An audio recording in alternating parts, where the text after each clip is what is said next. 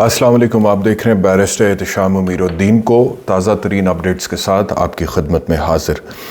سب سے پہلے آپ کو یہ بتائیں گے کہ اب جو اگلی حکمت عملی ہے پاکستان تحریک انصاف کو سیاسی طور پر پارلیمان میں کمزور کرنے کی، وہ مخصوص نشستوں کے حوالے سے ہے۔ اسے آپ سازش بھی کہہ سکتے ہیں۔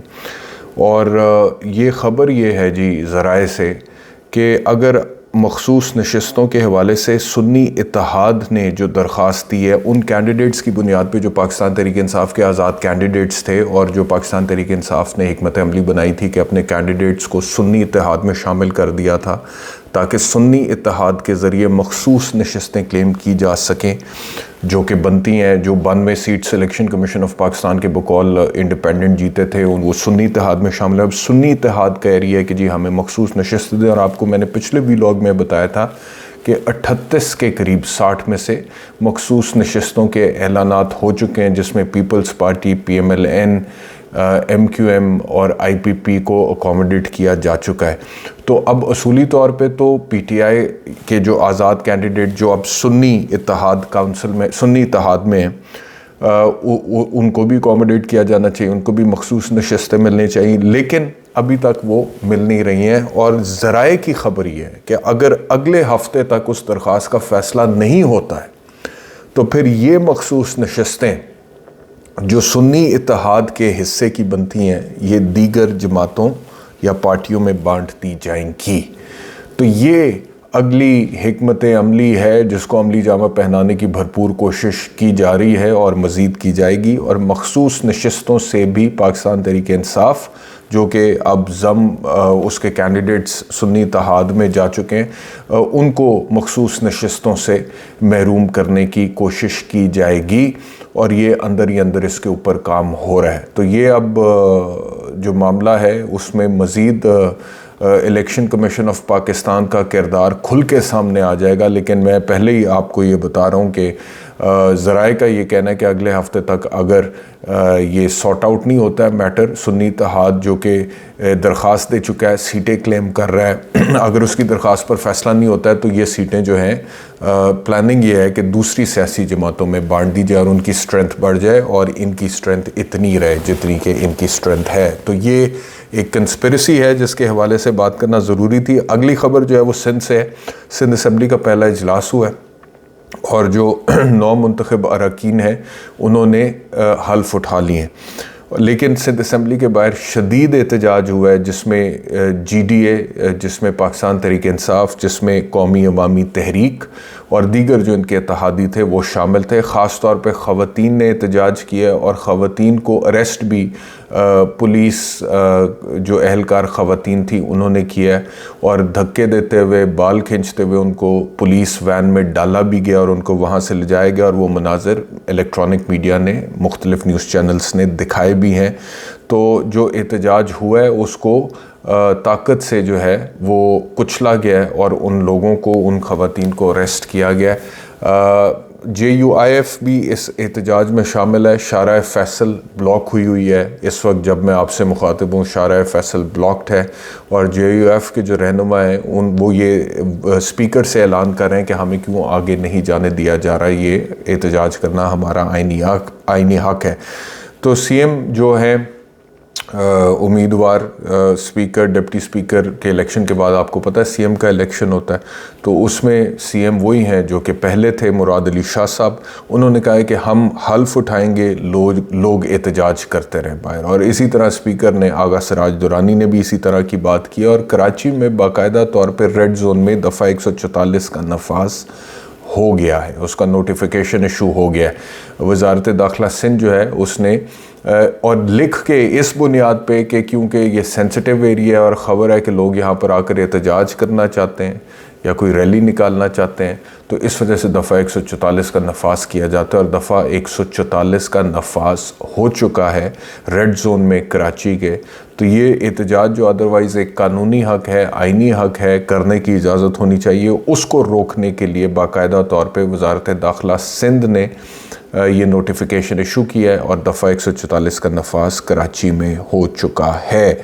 تو یہ تو اس وقت کراچی کی صورتحال ہے۔ پنجاب میں اس وقت جب میں آپ سے مخاطب ہوں، یا تو اسپیکر کا الیکشن پنجاب اسمبلی کے اسپیکر کا الیکشن جس میں پاکستان مسلم لیگ نواز کے جو امیدوار ہیں وہ ملک احمد خان ہیں، اور میڈیا رپورٹرز ابھی میں دیکھ رہا تھا تھوڑی دیر پہلے جب وہ اسمبلی میں داخل ہو رہے تھے تو ان سے سوال اسپیکر کہہ کر مخاطب کر کے ان سے پوچھ رہے تھے.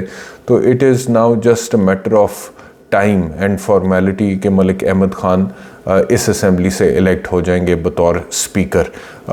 جب میں آپ سے ابھی مخاطب ہوں تو یا تو وہ ووٹنگ ہو رہی ہوگی یا پھر مکمل ہو چکی ہوگی اور اسپیکر کا اعلان ہو رہا ہوگا کہ کون یہ انتخاب جیتا ہے. تو آج پنجاب کے اسپیکر ڈیپٹی اسپیکر کا انتخاب جو ہے وہ ہوگا، اس کے اوپر ووٹنگ ہوگی. اس کے علاوہ پی ایم ایل این اور ایم کیو ایم کا اتحاد ہو چکا ہے.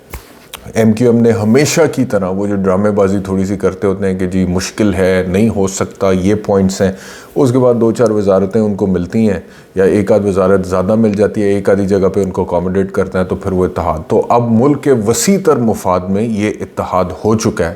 جو کل تک مشکل تھا بقول ایم کیو ایم کے، آج وہ ان کو جیسے اکاموڈیٹ کیا گیا ہے اس کے نتیجے میں ملک کے وسیع تر مفاد میں انہوں نے کہا ہے کہ جی پی ایم ایل این کے ساتھ وفاق میں اتحاد ہمارا ہو گیا. تو یہ بھی ایک خبر ہے.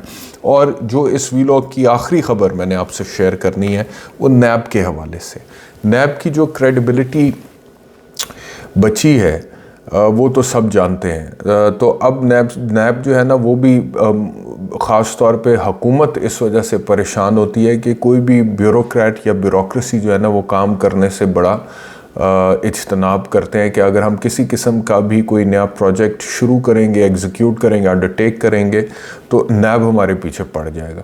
تو اب بیوروکریسی کو وہ کانفیڈنس دینے کی کوشش کی جا رہی ہے کہ نہیں جی آپ کام کریں، نیب آپ کے پیچھے نہیں پڑے گا. نیب کا تو ایک مخصوص کام ہے، وہ جس کے پیچھے پڑنا ہوتا ہے اس کے پیچھے پڑتا ہے. پولیٹیکل انجینئرنگ کی جاتی ہے نیب کے ذریعے سے، تو آپ فکر نہ کریں. تو اس میں نیب نے اپنے نئے ایس او پیز جو ہیں وہ بنائے ہیں، اور اس میں سرکاری ملازمین کو اور دیگر جتنے بھی لوگ جن کے خلاف ممکنہ طور پہ نیب کی کارروائی ہو سکتے ہیں، جس میں ریل اسٹیٹ ٹائکونز بھی آتے ہیں، جس میں بزنس مین تاجر بھی آتے ہیں، ان سب کو تسلی دی ہے کہ آپ فکر نہ کریں، حوصلہ رکھیں، آپ اپنا کام کریں. اور کیا ایس او پیز ہیں جن ایس او پیز کے ذریعے سے ان لوگوں کو اکاموڈیٹ کیا جائے گا، اس کی تفصیل میں آپ کے ساتھ شیئر کر لیتا ہوں.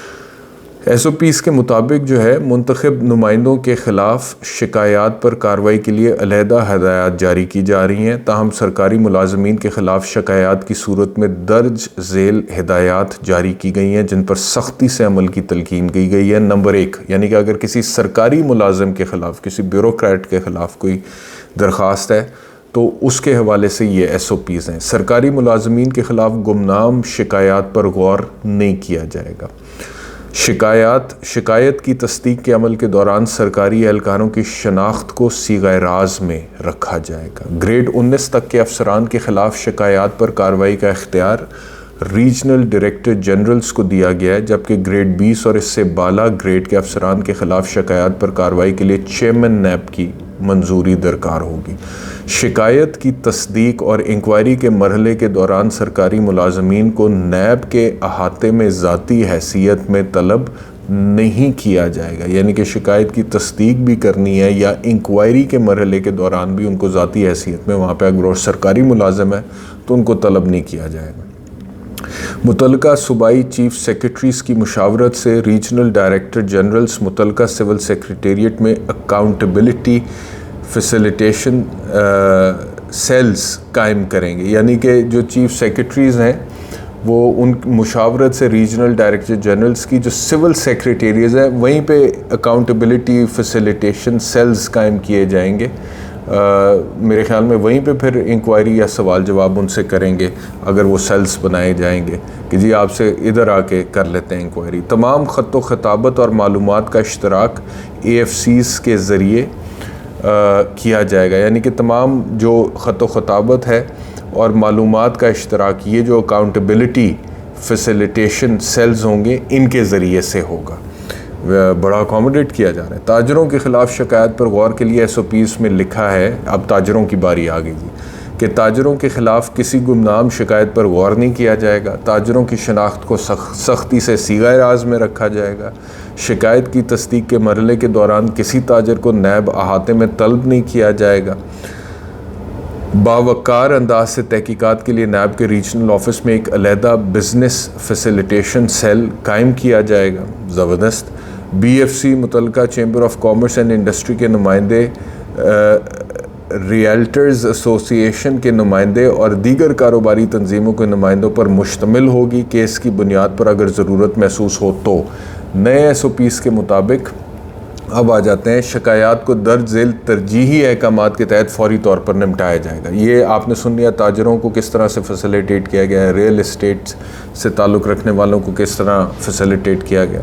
اچھا اب آ جاتے ہیں کہ اب ترجیح کیا ہوگی جو اپلیکیشنز آ رہی ہیں. وفاقی اور صوبائی حکومتوں اور متعلقہ وزارتوں سے موصول ہونے والی شکایت، یعنی کہ کس ترجیح کے ساتھ شکایات کو نمٹایا جائے گا. سب سے پہلے نمبر پہ ترجیح دی جائے گی وفاقی اور صوبائی حکومتوں اور متعلقہ وزارتوں سے موصول ہونے والی شکایات کو. اس کے بعد دوسرے نمبر پر معزز عدالتوں کی طرف سے ارسال کردہ شکایات کو. تیسرے نمبر پر قومی اسمبلی، سینٹ اور پبلک اکاؤنٹس کمیٹی کی طرف سے بھیجی گئی شکایات کو. چوتھے نمبر پر سرکاری محکموں، ریگولیٹری اداروں، آڈیٹر جنرل آف پاکستان اور بینکوں کی طرف سے بھیجی گئی شکایات کو.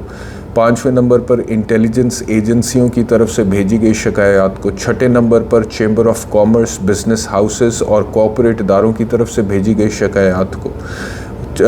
ساتویں نمبر پر نیب کے علاقائی ڈی جیز کی طرف سے بھیجی گئی شکایات کو. آٹھویں نمبر پر نیب حکام سے متعلق شکایات کو. پھر نویں نمبر پر عوام کو بڑے پیمانے پر دھوکہ دینے کی شکایت کو.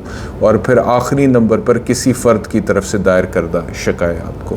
تو عوام آخر میں 10ویں 11ویں 9ویں 10ویں نمبر پر آ رہی ہے اور اس سے پہلے جو ہے وہ آپ کو بتا دی گئی. معیار پر پورا نہ اترنے والی تمام زیر التوا شکایات متعلقہ ریجنل بیورو دفاتر کے ذریعے نپٹائی جائیں گی. تو یہ وہ ایس او پیز ہیں نیب کے جو کہ آپ تک میں نے پہنچا دی ہیں. اب کیونکہ ایک خوف ہے نیب کا، کوئی بھی ہاتھ ڈالنے سے گھبراتا ہے بیوروکریٹ، کوئی بھی سرکاری ملازم کہ نیب ہمارے پیچھے پڑ جائے گا، تو ان کو حوصلہ دیا گیا کہ آپ فکر نہ کریں. پہلی بات تو آپ کے پیچھے نہیں پڑے گا. دوسری بات یہ کہ اگر پڑ بھی گیا تو بڑی عزت سے باوقار طریقے سے آپ کے دفتر کے ساتھ ہی ایک سیل بنائیں گے، ادھر سے خط و خطابت ہوگی اور ادھر ہی انکوائری ہوگی اور آپ کو نیب کے دفتر نہیں بلایا جائے گا. یہی تاجروں کو کہا گیا، یہی ریئلٹرز کو کہا گیا، ایسوسی ایشنز کو، کہ جی آپ کے لیے بھی علیحدہ سے اس طرح سے سینٹر بنایا جائے گا اور بڑے باوقار طریقے سے آپ کو ڈیل کیا جائے گا. تو باقی جہاں پہ پولیٹیکل ہیں معاملات وہ آپ کو پتہ ہی ہیں کہ پھر نیب کیسے چلاتی ہے اور کیسے ڈیل کرتی ہے. اس ویلاگ میں اتنا ہی. انشاءاللہ دوبارہ آپ سے ملاقات ہوگی. اپنا خیال رکھیے. اللہ حافظ.